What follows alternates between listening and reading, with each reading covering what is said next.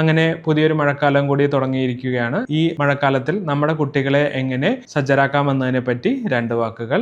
ആദ്യമേ നമുക്ക് ശുചിത്വത്തിന് പ്രാധാന്യം കൊടുക്കാം. ഭക്ഷണം കഴിക്കുന്നതിന് മുമ്പും ബാത്റൂമിൽ പോയതിനു ശേഷവും കുട്ടികൾ കൈ നിർബന്ധമായും സോപ്പിട്ട് കഴുകേണ്ടതാണ്. ഇതിലൂടെ വയറിളക്ക സംബന്ധമായിട്ടുള്ള രോഗങ്ങളിൽ നിന്നും നമുക്ക് അവനെ പ്രതിരോധിക്കാനായിട്ട് കഴിയും. രണ്ടാമതായി, ഡെങ്കിപ്പനി, ചിക്കൻ ഗുനിയ മുതലായ അസുഖങ്ങൾ ഈ സമയത്താണല്ലോ പരക്കുന്നത്. അത് തടയുവാനായി നമ്മുടെ വീടിന് ചുറ്റുമുള്ള വെള്ളം കെട്ടിക്കിടക്കുന്ന സ്ഥലങ്ങൾ കൃത്യമായി വെള്ളം മാറ്റുവാനും അങ്ങനെ വെള്ളം കെട്ടിക്കിടക്കുന്ന സാഹചര്യങ്ങൾ ഒഴിവാക്കാനും ശ്രമിക്കേണ്ടതാണ്. വൈകുന്നേരങ്ങളിൽ നമ്മുടെ കുട്ടികൾ പുറത്തു പോകുമ്പോൾ കഴിയുന്നതും ഫുൾ കൈ ഫുൾ കാലുള്ള ഡ്രസ്സ് ഇടാൻ ഹെൽപ്പ് ചെയ്യുക. അങ്ങനെ ആവശ്യത്തിന് മോസ്കിറ്റോ നെറ്റ്സും റിപ്പല്ലൻസും യൂസ് ചെയ്യുന്നതിലൂടെ ഇത്തരം അസുഖങ്ങളിൽ നിന്ന് നമുക്ക് നമ്മുടെ കുട്ടികളെ സംരക്ഷിക്കാം. മൂന്നാമതായി, കഴിയുന്നതും ഈ മഴക്കാലത്തല്ല എപ്പോഴും തന്നെ തിളപ്പിച്ചാറ്റിയ വെള്ളവും ഫിൽറ്റർ എന്നുള്ള വെള്ളവും മാത്രം കുടിക്കാനായി കൊടുക്കുക. ഭക്ഷണത്തിൽ കൂടുതലും പഴവർഗ്ഗങ്ങളും പച്ചക്കറികളും പ്രോട്ടീൻ അടങ്ങിയ ആഹാരങ്ങൾ കൊടുക്കുന്നതിലൂടെ രോഗപ്രതിരോധ ശക്തി വർദ്ധിപ്പിക്കാനായി നമുക്ക് കഴിയുന്നതാണ്. മൂന്നാമതായി, മഴ നനയാതിരിക്കാൻ ഈ സമയത്ത് എന്തായാലും ആർക്കും കഴിയുകയില്ല. പക്ഷേ നനഞ്ഞ വസ്ത്രങ്ങൾ എത്രയും വേഗം മാറ്റുന്നതിന് നമ്മൾ എപ്പോഴും ശ്രദ്ധിക്കേണ്ടതാണ്. കാരണം നനഞ്ഞ വസ്ത്രങ്ങൾ ഇട്ടിരുന്നാൽ കുട്ടികൾക്ക് ചുമ, പനി, ചർമ്മരോഗങ്ങൾ തുടങ്ങിയവ വരാനുള്ള സാധ്യത കൂടുതലാണ്. കഴിയുന്നതും ഇന്നർ വെയേഴ്സ് ഡ്രൈ ആയതിനെ ഉപയോഗിക്കാനായിട്ട് ശ്രമിക്കേണ്ടതാണ്. കുട്ടികൾക്ക് ആവശ്യമായിട്ടുള്ള കുട,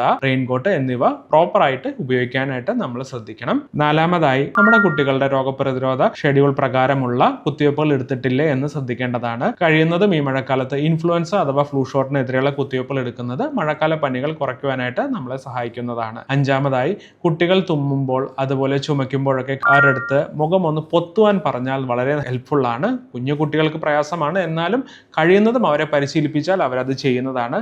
നമ്മളെല്ലാം കണ്ടതാണ്, കോവിഡ് സമയത്ത് കുട്ടികൾ തന്നെ കൈ സാനിറ്റൈസർ ഉപയോഗിക്കുന്നത്. വ്യക്തമായിട്ടുള്ള മാർഗനിർദ്ദേശങ്ങൾ കൊടുത്താൽ അവരത് ചെയ്യുന്നതാണ്. ഇതിലൂടെ മറ്റു കുട്ടികൾക്ക് രോഗങ്ങൾ സ്പ്രെഡ് ചെയ്യുന്നത് നമുക്ക് അവോയ്ഡ് ചെയ്യാനായിട്ട് പറ്റും. ഇങ്ങനെയുള്ള ചില മുൻകരുതലുകൾ കൊണ്ട് ഈ ഒരു മൺസൂൺ കാലം നമുക്ക് ആരോഗ്യകരമായി ആഘോഷിക്കാം.